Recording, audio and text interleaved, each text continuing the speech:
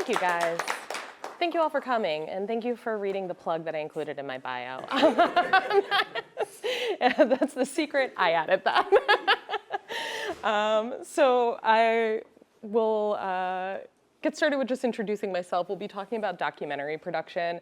My background is in all sorts of unscripted development. I started at the company that produces House Hunters International, doing just general unscripted development. I moved on with the people who do, welcome, there's pizza in the kitchen. That's the announcement of the day. I moved on to the people who did American Pickers and like Property Brothers. So I've done food and lifestyle and true crime and all sorts of unscripted television, and then I fell in with a group at a company called Religion of Sports, and that's all sports documentary. It's what it says on the tin.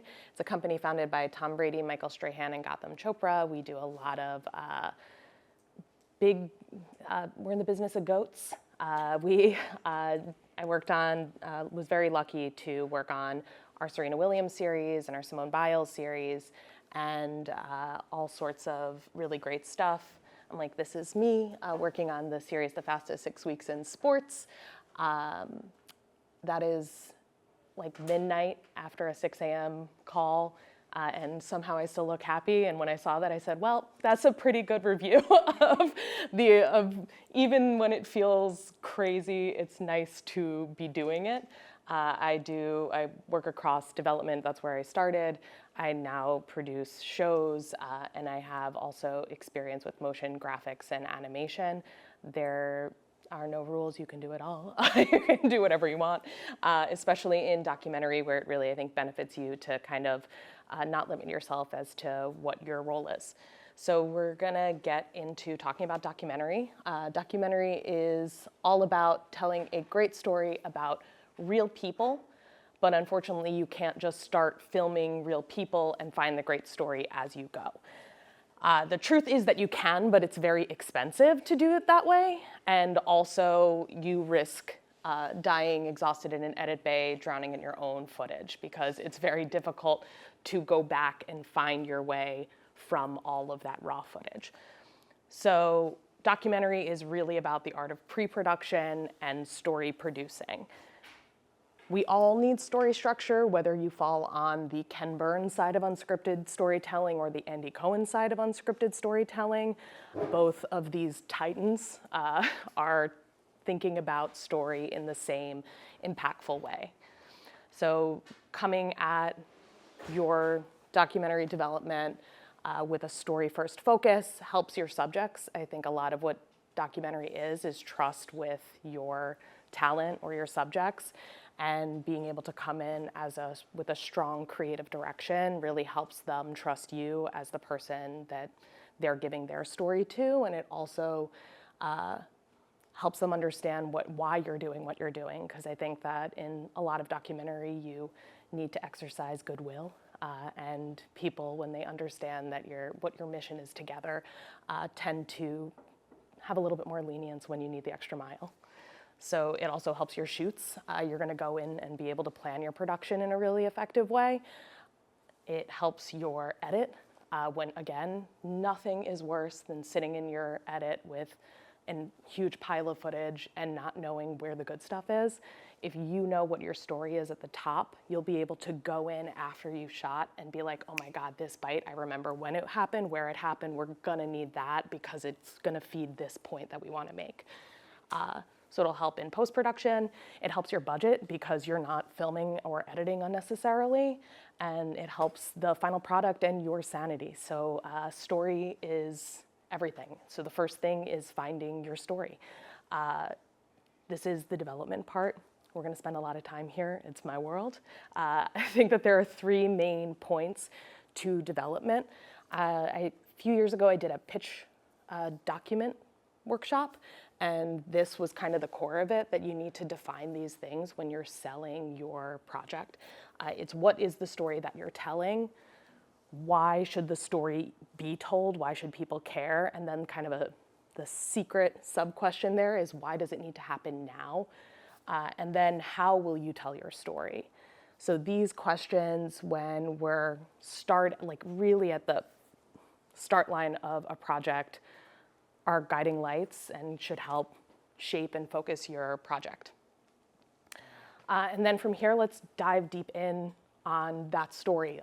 There are we're using all the same elements as narrative film. We have characters, we have conflict, we have all this stuff. So let's dive in. Who are your characters? Here we have America's Sweethearts, the Dallas Cowboys cheerleaders, obviously a very strong group to drop in with. We have what are their goals? So when you have a subject, I don't know, has anyone seen American Movie? There he is. Yes. So American Movie is, I think, a really excellent documentary. It's super fun and it's really raw. It's so great. It's about this guy who wants to make a movie. What is his goal? He wants to make a movie. So it's just this person who has a passion. So here he is your character. His goal is to make a film, and it is such a clear guiding light throughout the entire documentary that this is what we're chasing, and we're watching him chase it. Where is their conflict? Has anyone watched Ren Fair on HBO? Yeah, this is a wild one. Okay, so Ren Fair, our character, are all of the employees of a Renaissance fair in Texas. It's one of the biggest in the country. One of the main characters is this man who created it. He's this old curmudgeon who is rich out of his mind and equally insane. And he is deciding whether or not he wants to retire, and it's a succession story. So you are following him and 3 people who want to be appointed, because it is run very feudally in a Ren Fair style, where he is going to appoint the next leader. So you have the goal of becoming the next Ren Fair leader, and the conflict is, I need to be it over that person. So you have everyone in a small environment fighting for the same position, and there is innately a lot of conflict in that. And then he, I think, is a huge source of conflict himself from just being a really miserable man, which makes for even more good story points as you go along, because what should be an authority figure who's handing down his legacy with, you would assume, a lot of clarity because he's run this really successful business, but it's just constant conflict from him as well. So it's a really, really rich story for that reason. What is your timeline? I know I got you. I said, any Broadway people here ever see Original Cast Album Company? I got another one back there. Original Cast Album Company. It was a kind of making of the original cast album of the show Company, and it is shot in one night. So the timeline for this one was a really contained timeline. You have one night of shooting, and they were supposed to go in, I don't want to spoil too much, but they were supposed to go in to just record this simply and leave. And it is a winding road. It's a little, it belongs in a stage play. If anybody, I'm going to recommend on top of this the series Documentary Now, which, if you're into documentary, it parodies all of the best documentaries, and they did an excellent parody of a company with a made-up musical called Co-op.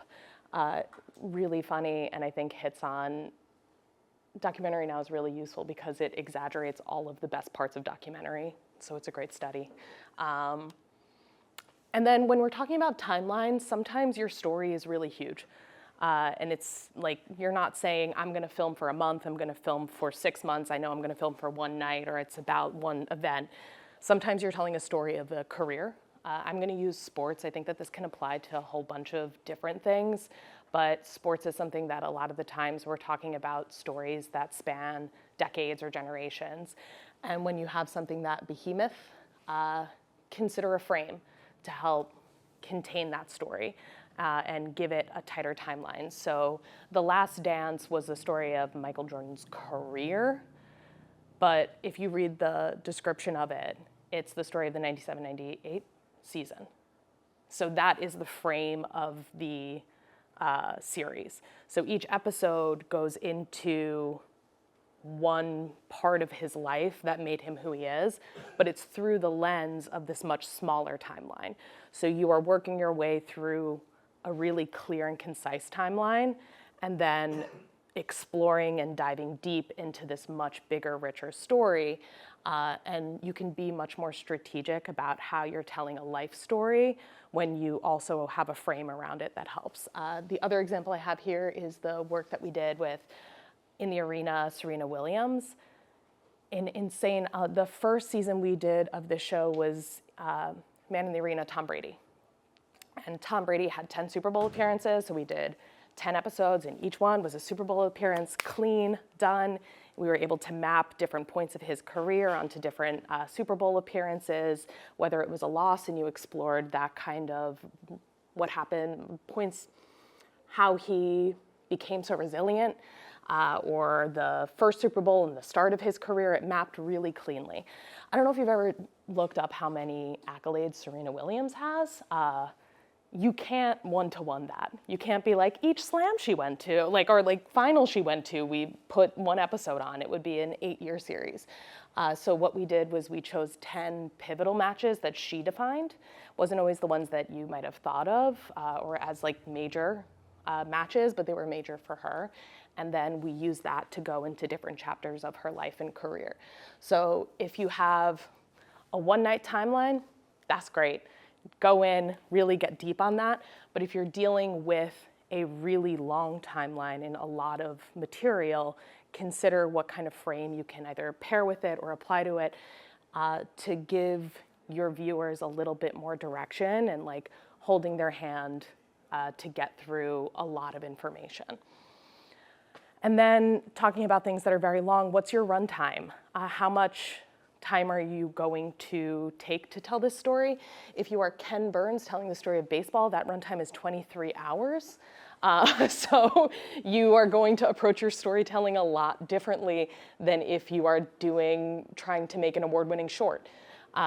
So I think that who your character is, what their goal is, what the conflict in that story is, what the timeline that you're covering is, are all key. But you really do have to consider what your runtime is on top of that, because that's gonna inform how you shape that story that you want to tell. So what shape is that story? You have gone and you've answered these questions. You know what your subject is. You know what goal, conflict, character is. How do you shape that story?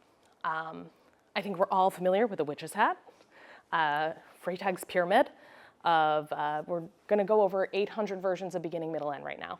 So this is really basic exposition, inciting incident, rising action, climax, falling action, resolution. We all know this one. One that I think is really friendly for documentary and starts to get to a really personal story is Joseph Campbell's Hero's Journey. I don't know if anyone's familiar with this circular chart. If anyone's a big fan of Community, Dan Harmon has his own modified chart that's in this shape. You have your main character who begins in comfort in the ordinary world. He is called to adventure and crosses into the unknown, where he will be tried and learn new skills, experience a death and rebirth, atonement, and then comes back out of the unknown into the normal world, where he finds himself in the same position as he was where he started, but as a changed person. So this is you'll see it everywhere. If anybody is, again, in writing, if anybody's read Save the Cat, are they still throwing that one around? It's a really great narrative, kind of fiction, or script writing book. That's the word I was looking for. But this is Blake Snyder's Save the Cat beat sheet. So this is his story structure. So it's a little bit different than the Witch's Pyramid. It has a few more bumps in the road, but also a way to approach storytelling. This is Cortazzi's analysis of narrative structure. So here's another approach: abstract, what is it about, orient the audience, add a complication, evaluate the result in the coda. So here's another narrative structure that you can use to approach. I can make this presentation available as well, because I know I'm dumping, it's only gonna get more. I'm only gonna make these pages more dense as we continue to talk about it, because this is just an example of how much variety there is. You think beginning, middle, end, you think about the witch's hat, but you can take it a million different directions. These are all from Kurt Vonnegut. He has a great, if you look up Kurt Vonnegut's story graphs, gives a great speech about this. These are a bunch of different varieties of story graphs. The only two that are identical are the New Testament and Cinderella, which I've always enjoyed their parallels, but there are a lot of different ways to look at things, so many that there's this chart on Reddit, if you're interested, that breaks down the dozens and dozens of story structure approaches. So they all kind of share beginning, middle, end, but within that you can dice it up in 1,000 different ways to really complement the story that you want to tell. So I'm gonna go through the process that I did for this series that I'm showing tonight, and we'll kind of walk through how that informs production. The characters that we focused on in this, I'll give you our little log line. So in the WNBA, it is the shortest turnaround between college and going pro in any sport. So the end of March Madness, which is coming up, the time between the final game and tip-off of the WNBA is 6 weeks. It's about 45 days, 6 Mondays. So you are leaving college, getting drafted, moving to a new city. After you move and start training camp, you graduate college. Then you have been drafted, but you haven't made the team, so you need to make your roster and actually start life as a pro. It's an incredibly condensed timeline. You go from a world where you are the biggest fish in the pond, being the best player in college basketball, and completely lose control. So the goal is to go pro. Our characters are WNBA hopefuls. The real source of conflict is a lack of control. And then the timeline is super set. So it is what it says, the fastest 6 weeks in sports. We are only filming for those 6 weeks. That's where the story lives. Our runtime, we knew going in, was gonna be a mid-form series. So we knew that we were gonna be limited to 5. We ended up with 6. But we were limited to about 12-minute episodes. So that's where the story started. We knew that that would be a great story, and we were able to get money for it. And then came actually deciding what the approach to that story is. And what we ended up deciding was our story was a man in the hole story. So the main character gets into trouble, gets out of it again, and ends up better off for the experience. Movies that you know that share this story graph are, I'll give you 2, The Wizard of Oz. She starts out in an all right place. She goes into a world that she doesn't know, comes out better for it after trials. Another one is Harold and Kumar. So there's a lot of flexibility to how you see this kind of graph manifest in narrative. But we knew that our players were starting off in a pretty good place, and then they were going to lose control, and they were going to be kind of tossed into this period of trial and tribulation and come out stronger for having endured it. So we created our series arc, which was establish the status quo, where we needed to introduce people to the players and have the audience understand who these people are and buy into them as individuals and as our heroes.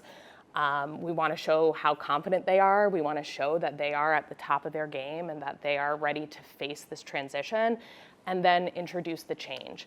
So it is a complete change of identity to go pro. It's a new horizon. It is both exciting and scary. So we're able to incite that with the draft, then navigate the struggle. They have to accept all of the change that's been thrust on them. They have about 2 seconds to literally, poor players that we followed, they had the draft. We did 6 cities in 2 weeks, and they were moving more than we were. Like, it is quick, quick, quick. They literally take them from a draft party, put them on a plane, have them go and meet and like wave and say hi to everyone in the city, then put them back on a plane home because they have to go pack all of their stuff. Then they have to come back and do evals for training camp. It is so quick, and it's about diving in with them to navigate that struggle. We knew it was going to be a huge piece of this, and actually we had so much content there that we were able to split that middle section into 2 episodes and really give that struggle chapter to both of the athletes equally, where you kind of see the unique experiences of both of them as they flip their transition. Do you have a question? I can hold the questions at the end, so you tell me. No, go for it.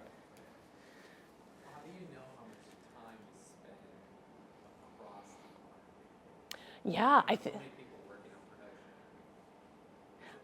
Feeling? I don't know. Like, how do you determine you can move on to the next phase or the arc? Yeah, okay, so I'm gonna, I think that's a complicated one to answer. I think you kind of understand how much content you're gonna be able to get going in. I knew that this wasn't gonna be a 6-hour series. Like, we felt pretty confident that this was, when we came in knowing the runtime, we were able to build this arc to that episode structure.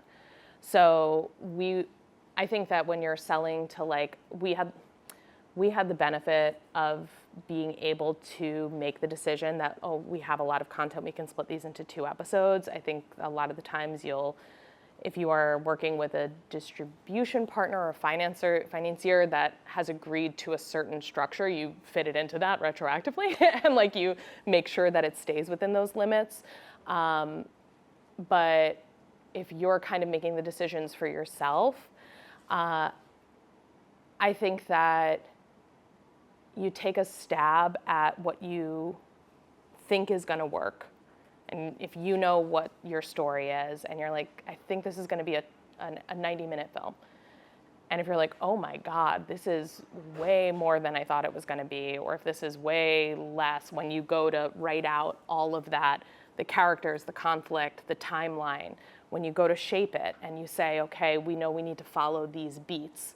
I think that this is really the point of where you're beating out first this, then this, next this, like that ABC point of the storytelling.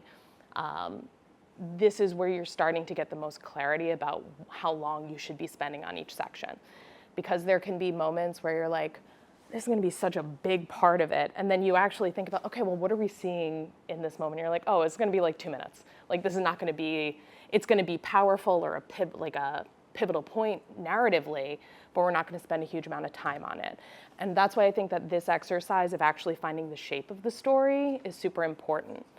Hopefully that answers it. We can get into more of it later too.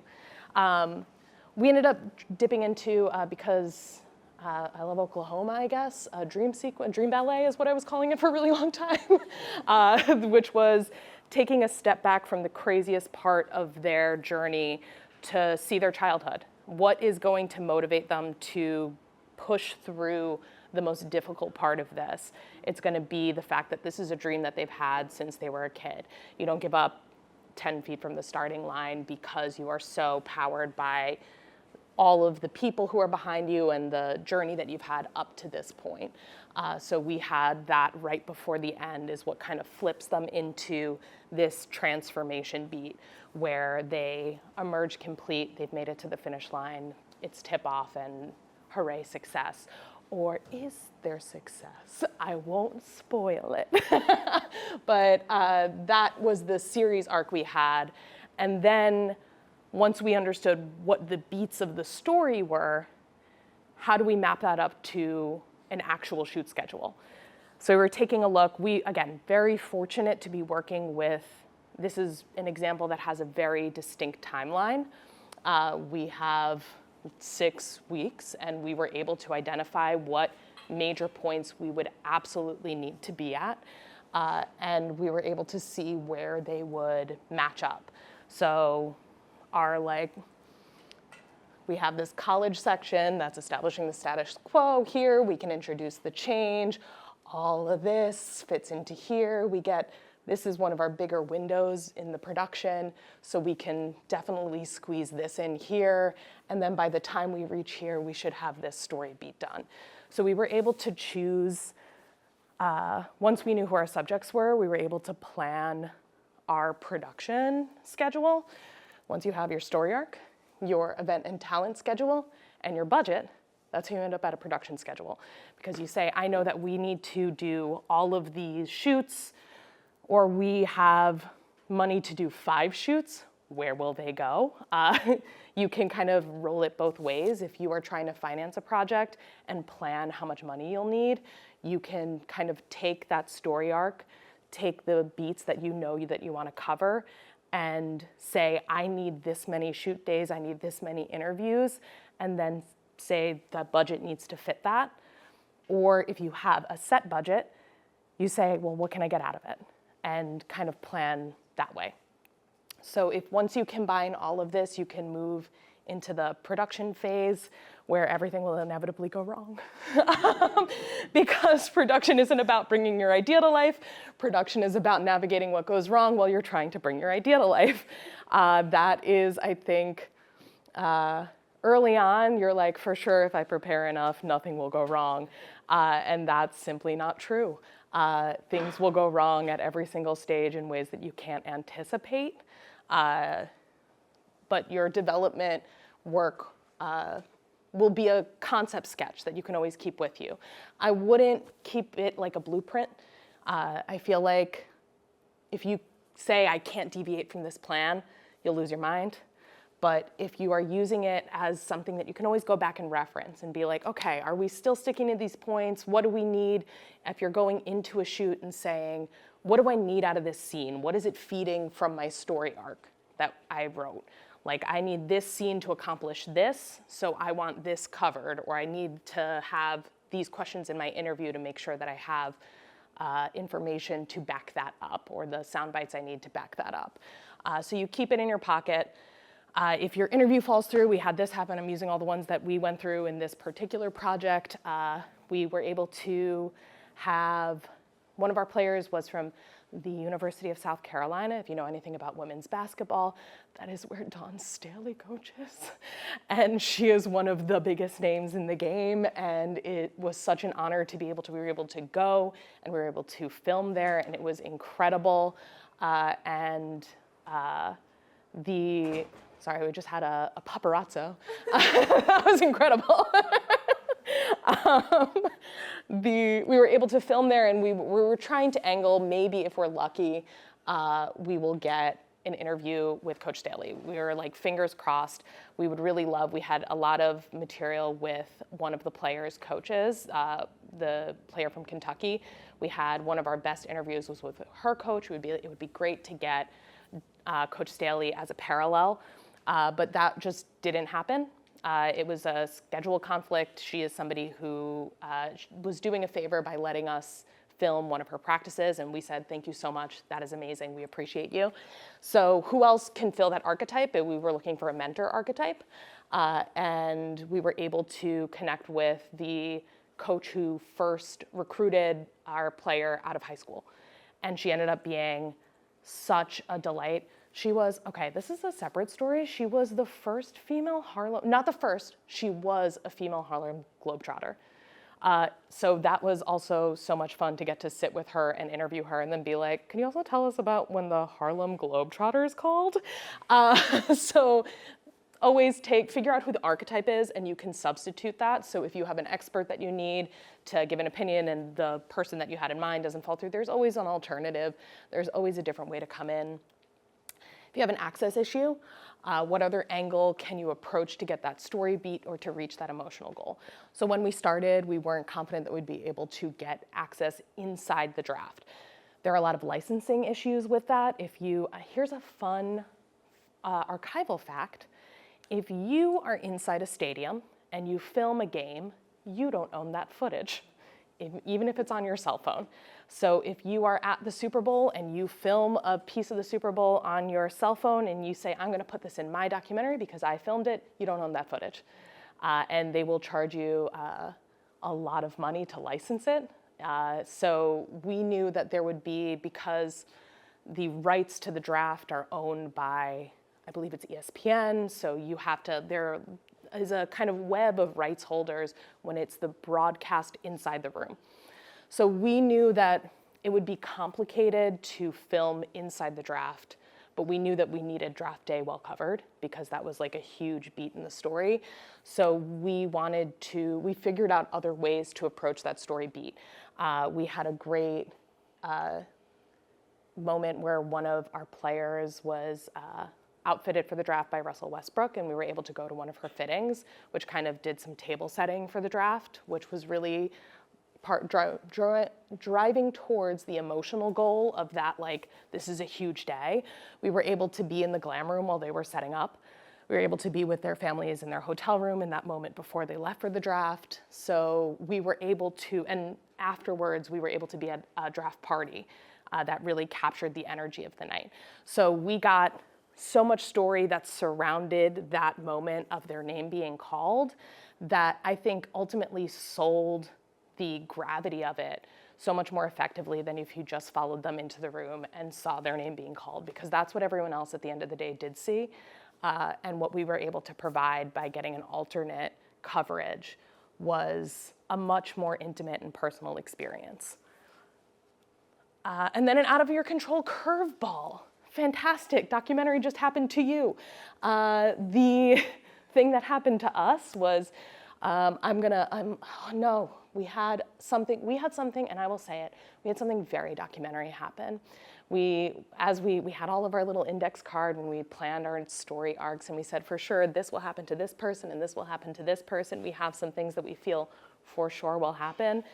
And then we got a call that something that we were absolutely certain about had changed. So it became a really strong story point for us instead, and we were able to pivot with that change. And one of my favorite examples of this happening in documentary is anyone familiar with the Queen of Versailles? We have some in the room. Watch the documentary. I know that it just premiered on Broadway, or it came and went that fast. Okay, so I'll endorse the documentary the way that the theater world did not endorse the show. The documentary followed Jackie and David Siegel. Their goal was to build the largest single family home in the United States. This was directed by Lauren Greenberg, I believe it is. She's incredible. If you watch the show on FX, which I hate the title, it's called Social Studies. She's done a bunch of really, really excellent documentary work. Check her stuff out. Really coming in, the conflict was I don't know if you can believe it, her husband's much older than her, and has a lot of money, and she was building this incredible house. There was some relationship tension, and I can tell you from doing HGTV stuff, anytime that you have construction, that's going to be part of your conflict. Any sort of renovation or construction is going to contribute to conflict, so that was what it was. So they come in to tell this story of American excess in the shadow of the 2008 financial crisis. And then, twist, the 2008 financial crisis happened to them. It was incredible. They lose everything. They can't finish construction on the house. It becomes this look at what happens when even the wealthiest lose things. Really, and something that when they first agreed to film, if they knew that they would lose everything in the process, would they have agreed to have that on camera? I don't know. She pivoted with that out of her control curveball change, and it created such an incredible documentary. So this is kind of a testament to being able to take that concept sketch you have and make a few little adjustments and keep rolling and be like, okay, where can we go from here? Such an incredible documentary, and even knowing that, you will be surprised and delighted watching it. So be flexible and be creative. I think that that's the beginning, middle, and end of it. Story arc. But I want to open it up and kind of like talk about documentary and talk about any questions that you guys have. So thank you guys for listening, and let me know if you have any questions. Oh yeah, thank you. We can throw around the cube. Yes. Does anyone want the cube? Oh, I hear my own echo. Caitlin, can we? Listen, I work in sports, but I'm not going to do it. So like that's kind of scary. You were referencing like the Harlem Globetrotters state, and how do you counteract when you get this amazing, maybe sometimes like a side story that like your curiosity as a storyteller will get piqued by, but you know there maybe isn't a place for it in the piece, and how much do you balance like it's human in nature to want to have this really interesting conversation versus like, am I leading them to think that the narrative is something it isn't? But although, your next project could always be that, like, how do you juggle that? I think that we ended up having it's a great question because you end up being like, how can I use this really cool picture of her as a Globetrotter? But there's no place for it where like you won't see that detail in the series. I really do wish that like it would feel even out of place to like put it in her lower third, like coach and former Harlem. Like you could do it, like you could fold it in there, but then it's going to create more questions than answers. So you kind of just have to, I think for some of the stuff, pocket it and make it your next project and be like, okay, this is something that's interesting that I think is compelling. Literally, oh my God, I took an Uber to the airport yesterday, and the woman that drove me was like, yeah, when I was Puerto Rico's racquetball champion, and I was like, what? And I looked her up, and I'm like, should I reach out to her? Yes, I'm like, it was incredible. She showed me, I mean, while driving, she did show me a picture of herself that was so incredible. I was like, oh yeah, you were just telling me that you were gonna go play racquetball after this, but now, so there's always, I think you can always, that's the joy of development is that you're constantly being like, that's a story, and you like put it in your pocket and keep going.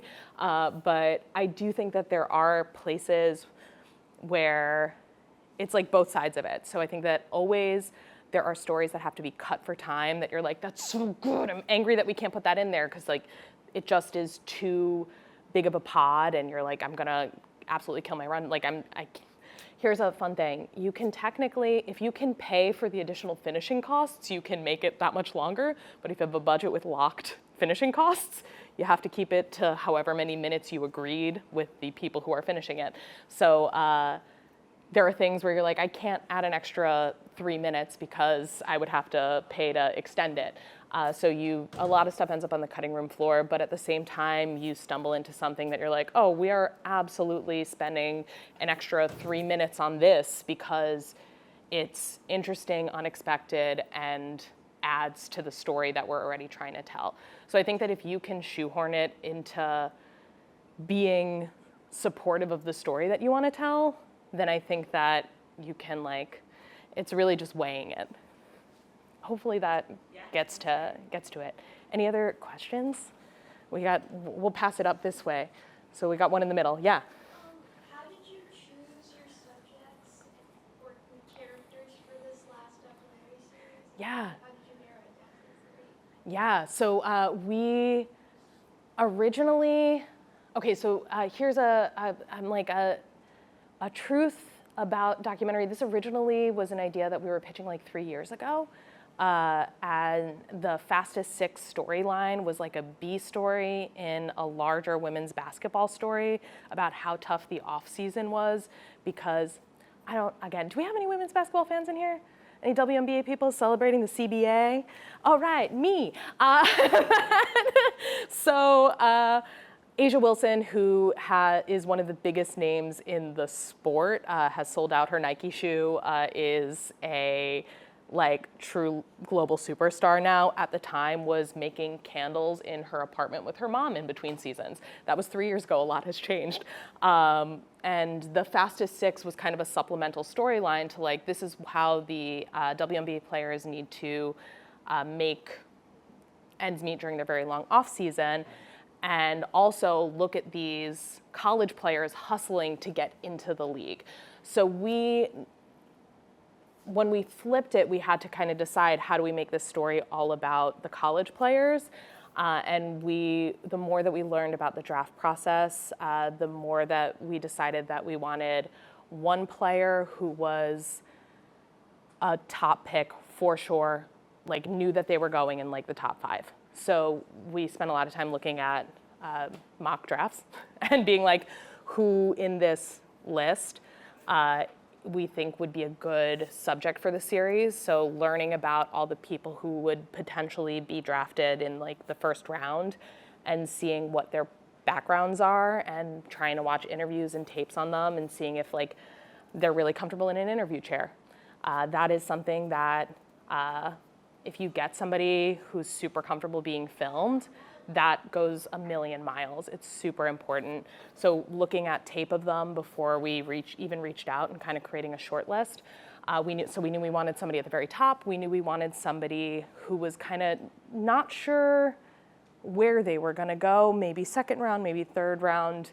And we were able to find, we actually had, we had 2 players locked, and then again, something very documentary. This was the second documentary thing that happened to us, was that we had 2 players signed and locked, and then one of the players, you have 48 hours after your team loses March Madness to declare for the draft. Hour 47, an article came out that said she's gonna 5th year. And so we pick up the phone, and it had been kind of leaked before she was able to announce it herself. So she was very apologetic about like, I wanted to tell you guys myself, I can't do the series, I'm not gonna go into the draft. So we had to choose another player, and very fortunately, we were able to get a player who fit the profile that we were looking for, and also happens to be one of the most lovely people that I've ever met, which was, I think that's just kismet, and like you roll with it, and you say, thank goodness that worked out. So we did, though, at the start, think about like, okay, let's get diversity in story, that one of the players is going to have one draft experience where they're gonna get the spotlight, they're gonna really be, their name is gonna precede them.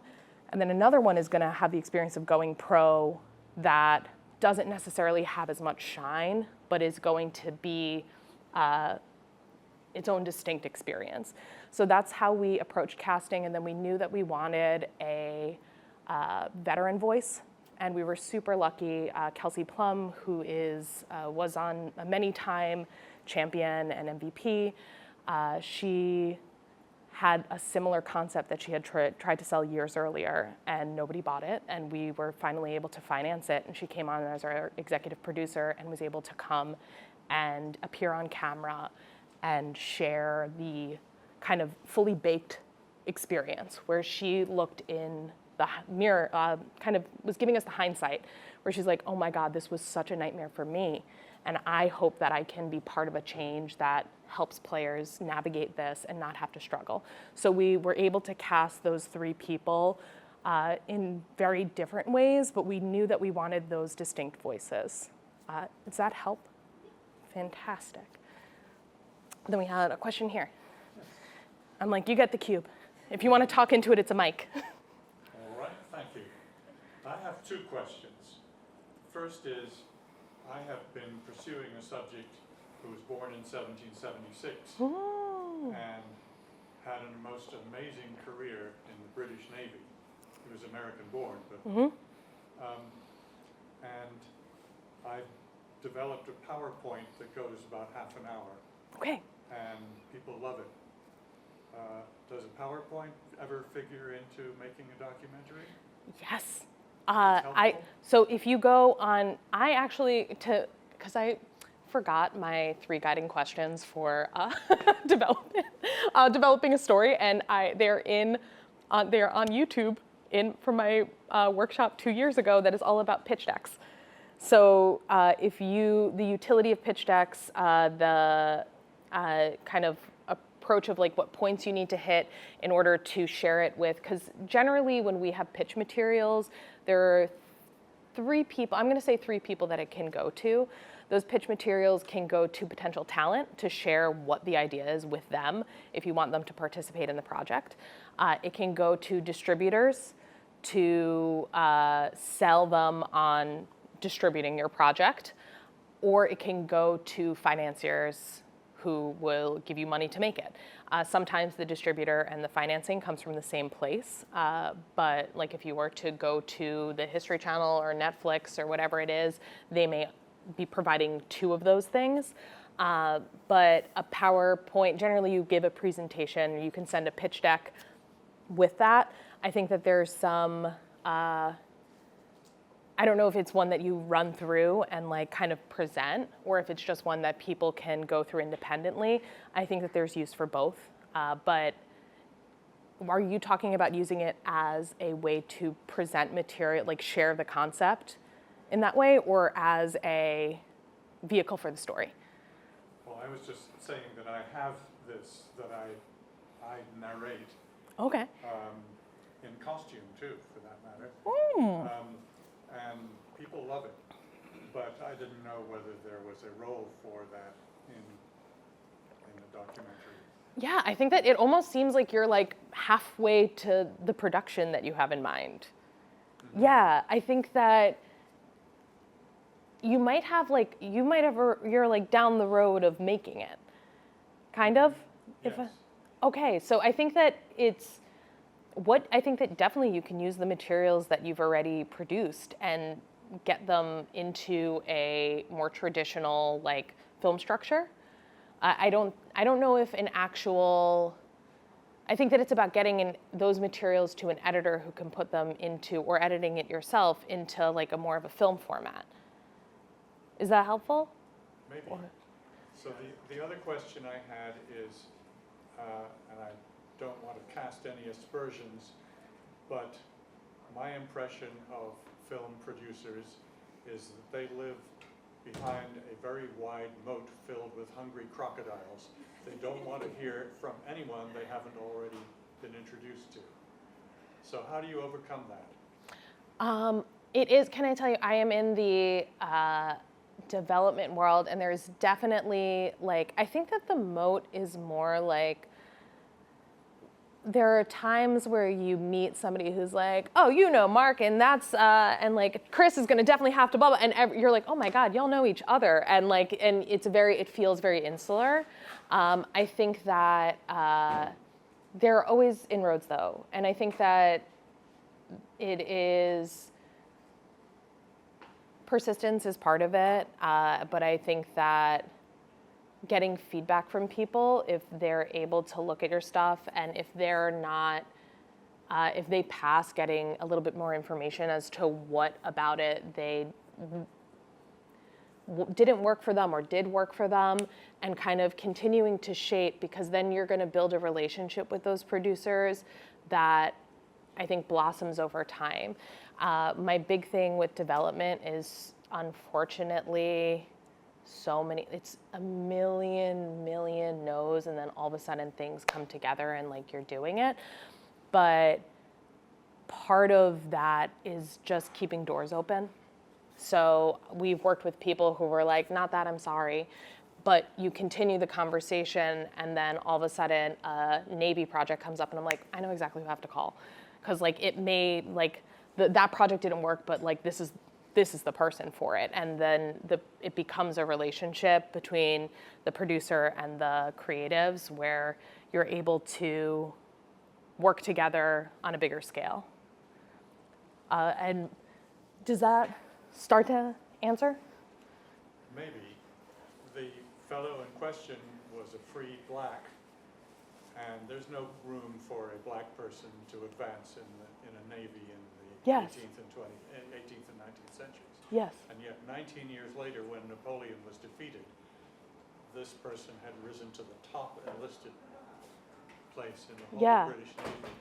And then, the denouement, a man came back to the captain one day because the seaman had dropped some of his guard. Said, sir, I have some really bad news to report about Seaman Brown. It turns out that all 19 years that he's been working for us, and such a hero and so on, is actually a woman in disguise. Twist. We got all the story points. I think that So do I look for example, a black producer? You might, yeah. I think that there are people, I think you should look up people who have told that kind of story before. So like who is somebody that you find the project that, I think a lot of people end up trying to talk to people at Religion of Sports when they say, I have an incredible sports story. And you know how to tell sports stories and you know how to sell sports stories. How can we connect over this? And that is how that relationship starts. So I think that right now I'm thinking about just like the market, and it's very standalone historical documentaries for like a commercial distribution, like on Netflix or like a History Channel. They're doing a lot of high volume hosted shows.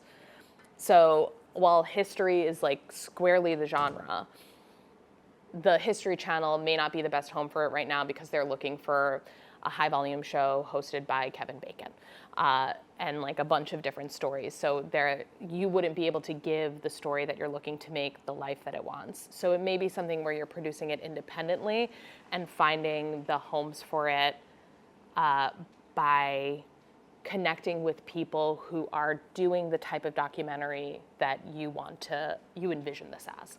So finding those producers or finding those storytellers, whether it's somebody who wants to tell the story about this particular person or has a passion for military history, that they are out doing that work already, and that's probably the best path to find somebody who this story will, I think it's a captivating story, period, end of it. But somebody who can run with it and work with you to bring it to a bigger position.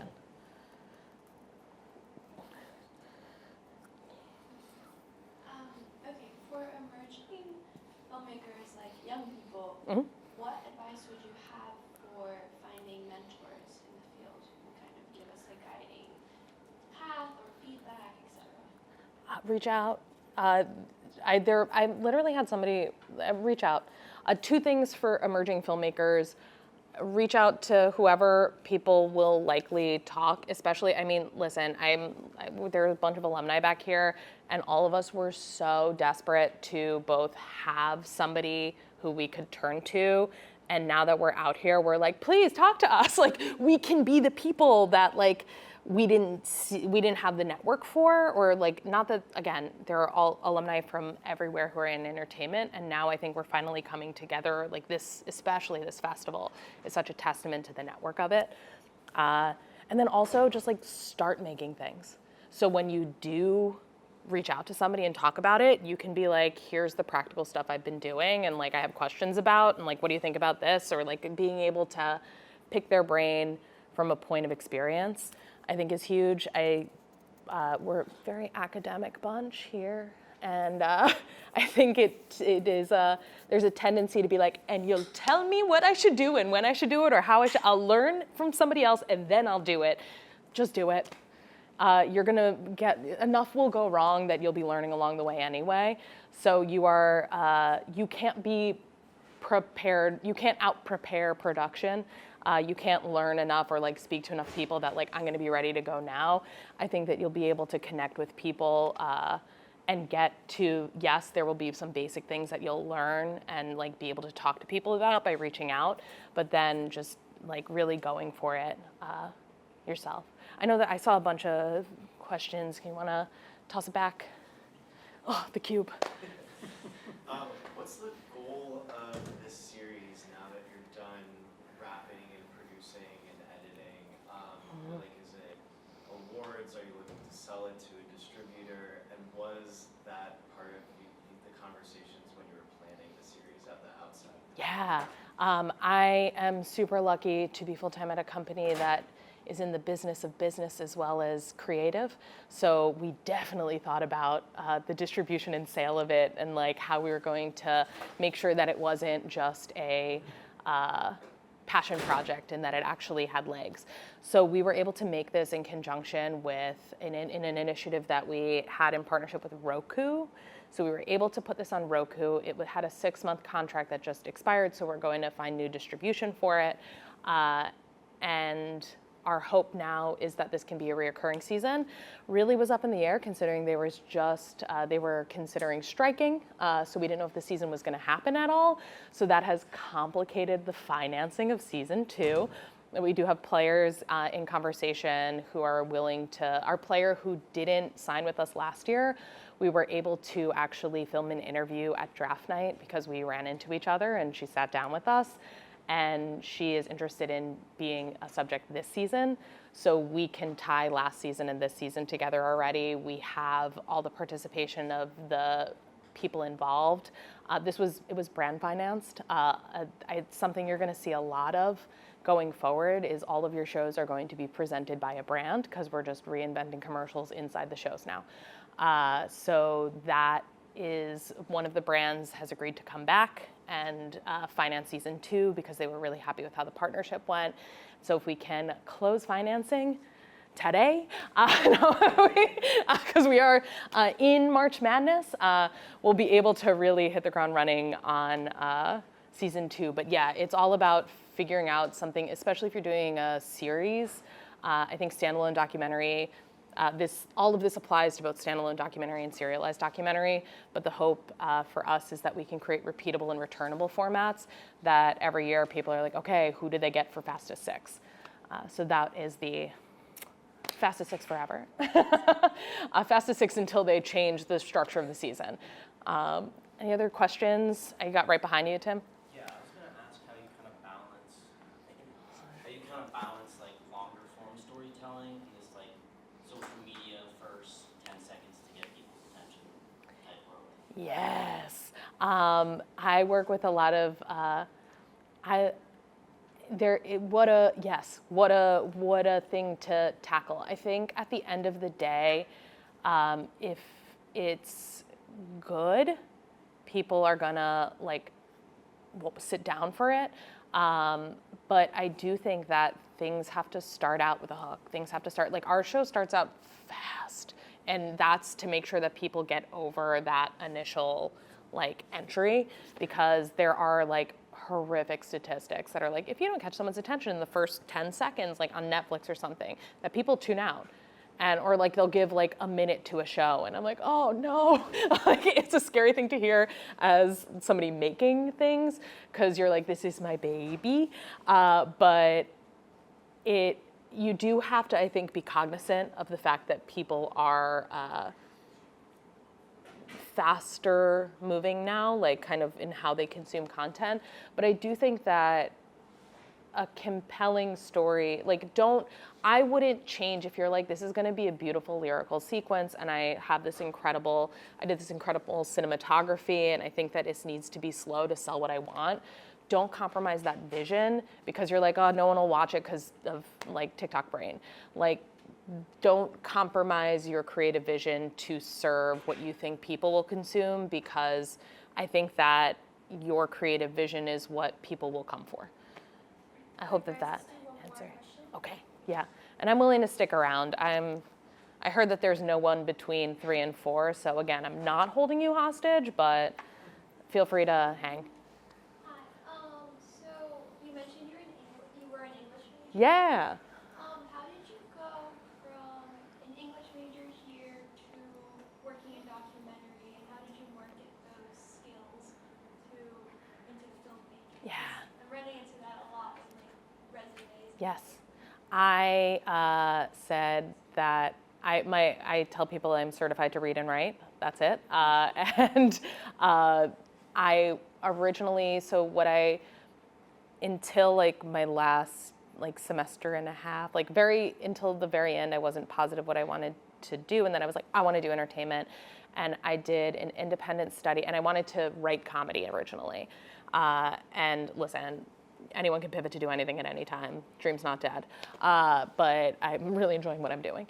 The thing that I did here was I did an independent study with, I don't know, is Professor Schoenberger still here? Nancy Schoenberger, she's great. She was the foremost Elizabeth Taylor expert and had to leave for 3 weeks when she died when we were in college, because she was on every single talk show. She's incredible. She did screenwriting here. And I did an independent study with her where I did a spec script for the show Community. I don't know if spec scripts are still like the operating procedure, but at the time you really wanted to have a spec script in your pocket to go out and like be able to say, this is what I do. So you would do a spec for a work that's out there to kind of show that you could write in a show's voice. And then you also would do your own original content. Here's my original series that I also have.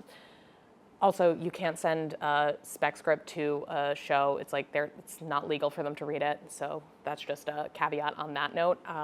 But I kind of just started to create the skill set that I knew that I needed within the thing. And then I was able to get through another alumni an internship at Late Night with Jimmy Fallon, which gave me my first show experience.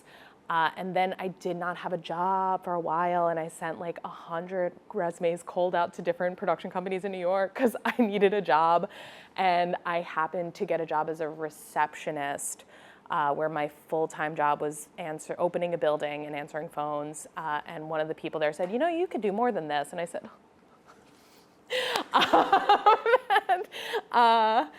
and I very, very, very lucky to fall in with there was a new president that came in and he needed an assistant. He had a background in development and did shows that I really liked in the past. And I said, I will stay here because he was so open about teaching me stuff and letting me grow and learn in that position. So it was really about finding a position because again, the reception position, when I first started, I was like, this is not good. But it was about finding the right people once you were, your toe needs to be in the door. And if you can find the people who are around you that either are headed in the same direction as you or who are above you that are willing to let you learn with them, I think that was probably the biggest just jump that happened in my career, because I didn't have to say that I was an English major. I had all of a sudden just this much more experience to go by. And then also, huge note, networking is just friends. I think people talk about networking a lot and you're like, I'm gonna do business. But networking is genuinely just friends. You realize it when I moved and I was like, I said, I went to the people I was friends with and was like, I don't know if you know anyone in LA. And then I was like, oh my God, it's networking. It took that for me to get that. But so don't look left and right when you're if you're PAing or if you're doing something that's entry level. It's not just about making the connections with the people who are hiring, which I think is really useful, but it's about the person who you're kind of in it with, that you're both this, and you can bond over that. And when you get opportunities, you share them with one another. So hopefully that helps.